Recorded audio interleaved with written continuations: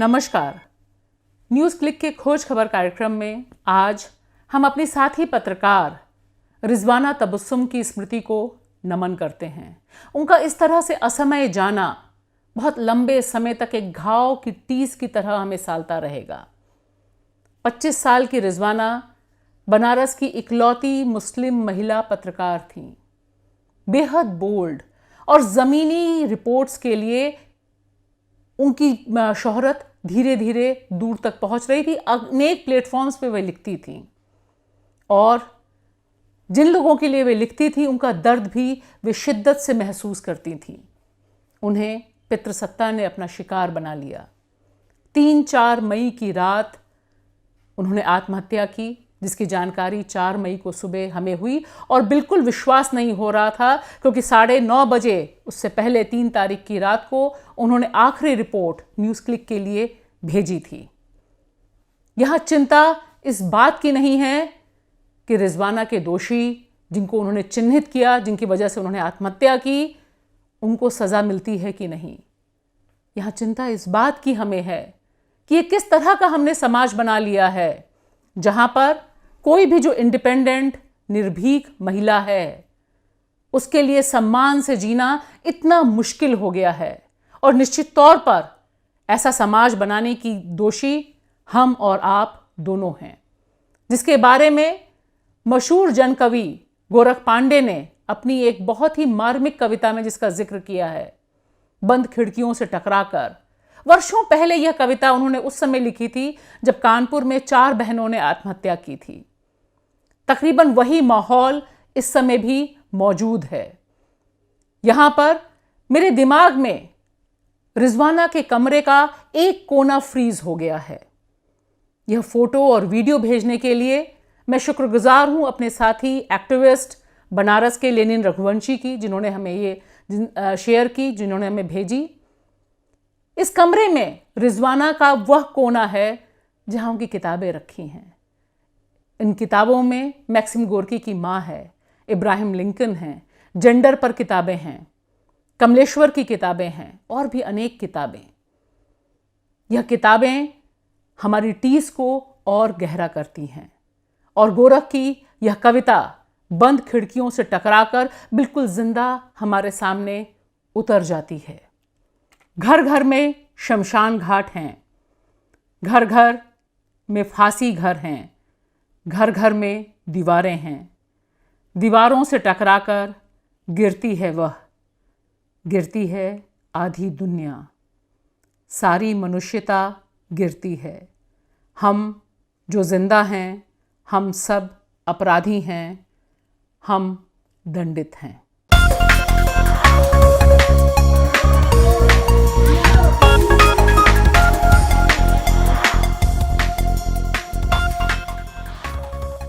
समाज किस तरह से महिला विरोधी, किस तरह से बलात्कारी सोच वाला होता जा रहा है, इसे शब्दों में बयान करना मुश्किल है। इसका हाल ही में जो उदाहरण दिखाई दे रहा है हमें, वह है सफूरा जरगर के मामले में। सफूरा जरगर जो जामिया मिलिया इस्लामिया यूनिवर्सिटी में रिसर्च स्कॉलर रही हैं, जो इस समय तिहाड़ जेल में बंद हैं।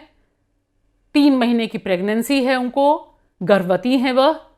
उन्हें गिरफ्तार किया गया दिल्ली पुलिस द्वारा, यह कहते हुए कि दिल्ली में जो दंगे हुए थे उसमें उनका हाथ है, यह आरोप उन पे लगा है।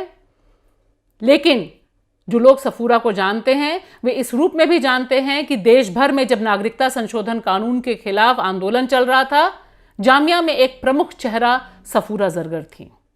अब आप देखिए कि उनकी प्रेगनेंसी को निशाना बनाकर किस तरह के भद्दे, अश्लील, भयानक, आपत्तिजनक ट्वीट्स हो रहे हैं। सब कुछ पब्लिक डोमेन में हो रहा है। यह सिर्फ सफूरा की कोख पर हमला नहीं है, यह हमारी और आपकी कोख पर भी हमला है। यह तमाम औरतों पर हमला है, जहां पर औरतों को, उनकी प्रेगनेंसी को किसी भी समय अश्लीलता की सारी सीमाओं को पार करते हुए उनके चरित्र हनन का कारण बना दिया जाता है। और यहां तो मामला और जबरदस्त है। इसकी कमान थाम रखी है दिल्ली के भाजपा के नेता, जिनको मुख्यमंत्री का उम्मीदवार के तौर पर भाजपा पेश करने की कोशिश कर रही थी, कपिल मिश्रा ने। कपिल मिश्रा का ट्वीट देखिए, वे कैसे कहते हैं कि मैं आपको पढ़ के उसका हिंदी सुनाती हूं। उन्होंने सीधे सीधे कहा कि सफूरा की प्रेगनेंसी को मेरे भाषण से जोड़कर मत देखो, ये इस तरह से काम नहीं होता। अंग्रेजी में उन्होंने लिखा, please don't connect her pregnancy with my speech, it doesn't work that way. इससे अश्लील, इससे गंदा किसी महिला पर कोई और हमला हो सकता है? आप भी सोच कर देखिएगा। और इसके बाद तो जो शुरू हुआ सोशल मीडिया पर, जिस तरह के लिजलिजाता, सड़ांध भरा, पितृसत्ता वाला दिमाग उल्टी पर उल्टी करता रहा एक एक ट्वीट में, उससे कम से कम यह साबित होता है कि जो बलात्कारी है हमारी सोच में बैठा हुआ, हमारी नसों में खून के साथ बैठी हुई जो पैट्रियार्कल रेपिस्ट आइडियोलॉजी है, जो आइडिया है वो कितना गहरा है। और यहां कहीं कोई लगाम नहीं, सब कुछ सामने सामने हो रहा है। एक औरत जो जेल में बंद है, जो प्रेग्नेंट है, उसका चरित्र हनन किया जा रहा है। तमाम तरह के अश्लील, आपत्तिजनक शब्द इस्तेमाल किए जा रहे हैं जो कि सब कानून के दायरे में आते हैं, जिस पे कार्रवाई होनी चाहिए, तुरंत उन लोगों को गिरफ्तार किया जाना चाहिए। लेकिन ऐसा एक मामला हमें दिखाई नहीं देता, खुली छूट है। और यहां तो सब आखेट पर निकले हैं। आखिर निशाने पर है एक मुस्लिम महिला, और उसकी धज्जियां उड़ाने में, उसकी चिंदी चिंदी करने में कोई पीछे कैसे रह सकता है? वैसे भी भारत की जो महान संस्कृति का दावा करते हैं लोग, वे किस तरह से बलात्कारी सोच से घिरे हुए हैं, इसकी नजीर, इसके उदाहरण हमारे पास ढेरों हैं। और वही सारी गंदगी इन दिनों सोशल मीडिया पर दिखाई दे रही है। और गहरे अफसोस के साथ कहना पड़ रहा है कि इसे काउंटर करने के लिए, इसे रोकने के लिए सफूरा के पक्ष में खड़े होने वाले लोग बहुत कम दिखाई दे रहे हैं। इससे पता चलता है कि जो बलात्कारी पैट्रियार्कल सोच है, पितृसत्तात्मक सोच है, उसने जो राजनीतिक वर्दहस्त प्राप्त किया है, पॉलिटिकल पावर हासिल की है, वह कितनी खतरनाक हो चुकी है। सफूरा जरगर की प्रेगनेंसी के बारे में जिस तरह का झूठ और जिस तरह का वैमनस्य फैलाया जा रहा है, उसका पर्दाफाश ऑल्ट न्यूज़ वेबसाइट ने किया। उसने बहुत विस्तार में बताया कि किस तरह से यह सारा भ्रम फैलाया जा रहा है कि जब वह गिरफ्तार हुई, तिहाड़ जेल गईं, उस समय पता चला कि वह प्रेग्नेंट हैं। उन्होंने बताया कि 10 अप्रैल की गिरफ्तारी के बाद जरगर ने खुद ही बताया था कि वह 3 महीने की प्रेग्नेंट हैं, और पहले मामले में उन्हें इसी आधार पर जमानत दी गई थी। दिल्ली महिला आयोग ने हस्तक्षेप करते हुए सफूरा जरगर के खिलाफ जो कैंपेन चल रहा है, जिस तरह से उनके ऊपर कीचड़ उछाला जा रहा है, इस पे कार्रवाई करने की अपील की है। हालांकि दिक्कत यह है कि जो अभी आपको स्क्रीन पर दिखाई दे रहे होंगे, जो ट्वीट नफरत भरे हुए हैं, इनके नाम सबके सामने हैं। ये लोग खुलकर खुद को आरएसएस और भाजपा के साथ जुड़ा हुआ बता रहे हैं, और अभी तक इनके खिलाफ कोई एफआईआर, कोई कार्रवाई नहीं की गई है। यहां देखिए कि क्या माहौल बनाया जाता है कि सफूरा के पक्ष में, सफूरा के बारे में बयान देने के लिए सफूरा की बहन आती हैं, उनके पति आते हैं, और उनके पति यह रिक्वेस्ट करते हैं कि उनका नाम ना छापा जाए। क्यों?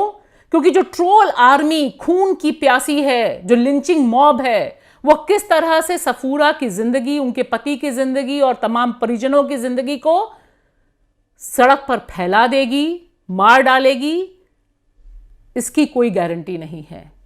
ये जो माहौल है, इससे एक चीज तो साफ लगती है कि ये जो हमने समाज बना डाला है, इसमें जो भी चमक रहा है वह शर्तिया, गंदा है और बलात्कारी सोच से घिरा हुआ है। ये तमाम लोग जो सोशल मीडिया पर बलात्कार का जश्न मना रहे हैं, बलात्कारी सोच को उड़ेल रहे हैं, पितृसत्तात्मक सोच को उड़ेल रहे हैं, इनसे पूछा जाना चाहिए कि इस सोच ने कितने घरों में बड़ी संख्या में बलात्कारियों को पैदा किया है, पैदा कर रही है।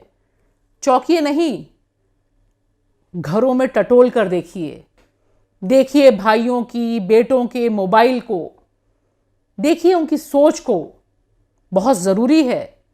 हो सकता है आपको शौक लगे, हो सकता है बड़ी संख्या में ऐसे लोग सामने आए, ऐसे नौजवान जो स्कूलों में पढ़ रहे हैं, जो कॉलेज तक नहीं पहुंचे हैं या बस पहुंचे ही पहुंचे हैं, जिनकी उम्र 14 से लेकर 18-19 साल की है, वे गैंग रेप को एंजॉय कर रहे हैं, बलात्कार करने की योजना बना रहे हैं।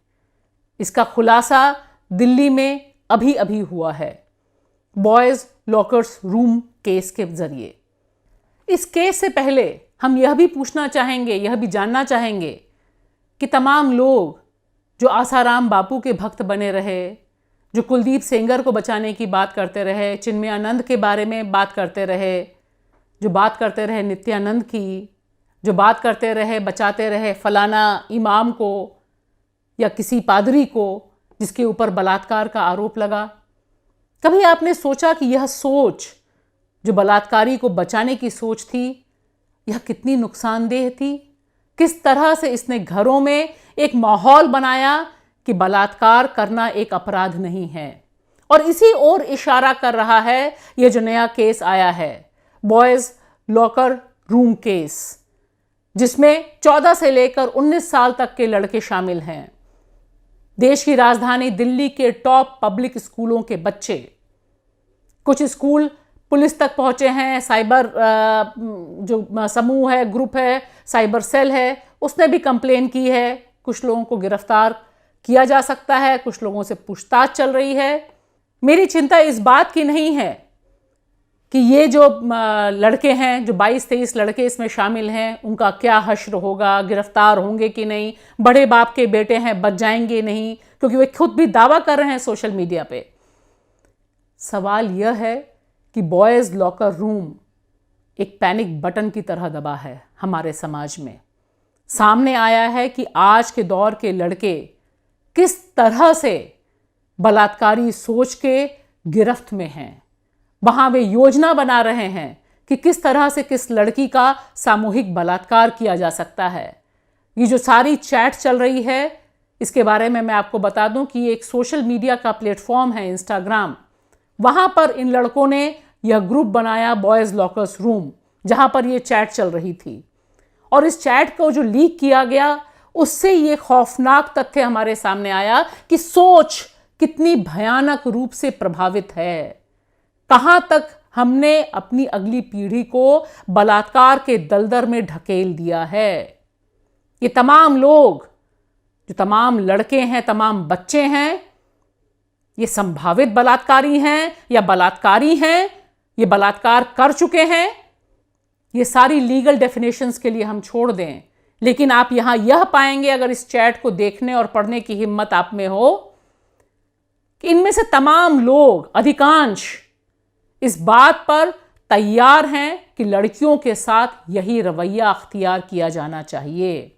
लड़कियां होती ही इसी लायक हैं। सिर्फ इतना ही नहीं, वे लड़कियों की, तमाम कम उम्र की लड़कियों की फोटो शेयर करते हैं, डालते हैं और उस पर बेहद अश्लील, भद्दी, सेक्सिस्ट कमेंट करते हैं और सारी की सारी चीजें एंजॉय की जाती हैं। राहत की बात सिर्फ इतनी है कि इस ग्रुप में शामिल कुछ लोगों ने इस बलात्कारी सोच को रिजेक्ट किया। वे बाहर आए और उन्होंने इस चैट को अपनी महिला मित्र, अपनी दोस्तों से शेयर किया और तब जाकर यह मामला हमारे और आपके सामने पहुंच पाया। और जो जिस तरह की डिटेल्स लगातार आ रहे हैं, यह एक तरह से वही दौर लगता है मुझे जैसे मी टू मूवमेंट चला था, जिसमें तमाम महिलाओं ने सामने आके बताया था कि उनके सेक्सुअल ऑपरेसर्स कौन थे। उसी तरह से यहां लड़कियां खुलकर, इन लड़कियों की हिम्मत को दाद देनी चाहिए, इन्हें सलाम करना चाहिए कि तमाम खतरे उठाकर इन्होंने सोशल मीडिया पर इस सच को उजागर किया। जबकि आप देखिए कि ये लड़के, ये जो समूह बनाया हुआ था, पहली बार जब ये खबर लीक होती है, बाहर आती है, उसके बाद ये तुरंत दूसरा समूह बना लेते हैं और उसमें भी वही चैट करते हैं कि किस तरह से ये लड़कियां जो सामने रख रही हैं, सोशल मीडिया पे इन्हें एक्सपोज कर रही हैं, उनके न्यूड फोटोज डालेंगे, ये उन्हें बलात्कार की धमकी देते हैं। ये लोग, ये लड़के, जिसमें से अधिकांश अभी एडल्ट तक नहीं हुए हैं। ये जो माहौल बना हुआ है, जहां बलात्कार करना एक एंजॉयमेंट का हाल हो गया है, जहां एक खेल का हिस्सा हो गया है, और जो अभी चैट आ रही है वो और ज्यादा खौफनाक है। वो इससे भी लिंक हो सकती है, उसके पैर, हाथ पैर और पसरे हुए हो सकते हैं, जिसमें यहां तक आ रहा है कि किस तरह से इन्होंने एक घृणित काम किया, गैंगरेप किया, इसके भी चर्चे हो रहे हैं, इस पर भी बात हो रही है। चिंता की बात यह है कि यह कैसा समाज हमने बना दिया है, जहां पर ये लड़के जिनका पूरा का पूरा करियर आगे है, जिन्हें पढ़ना है, जो बहुत खाते पीते परिवारों से हैं, वे खुलकर सारी दिमाग की गंदगी, सारी चीजें रख रहे हैं, योजना बना रहे हैं, औरतों के ऊपर इतनी गंदी सोच रख रहे हैं। दोस्तों, खोज खबर के आज के एपिसोड में हमने वो चीजें आपके सामने रखी जिन पे चर्चा बहुत कम होता है या लुपचुप के चर्चा होता है।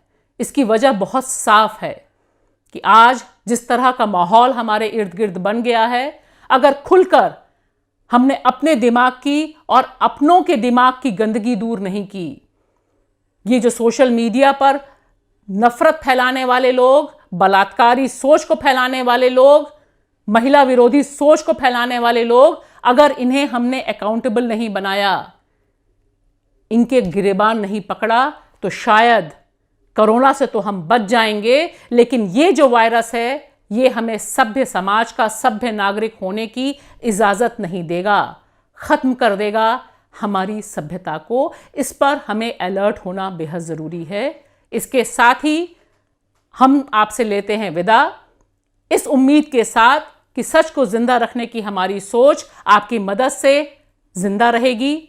लाइक करिए, सब्सक्राइब करिए न्यूज़ क्लिक, और देखते रहिए, शेयर करिए खोज खबर। शुक्रिया।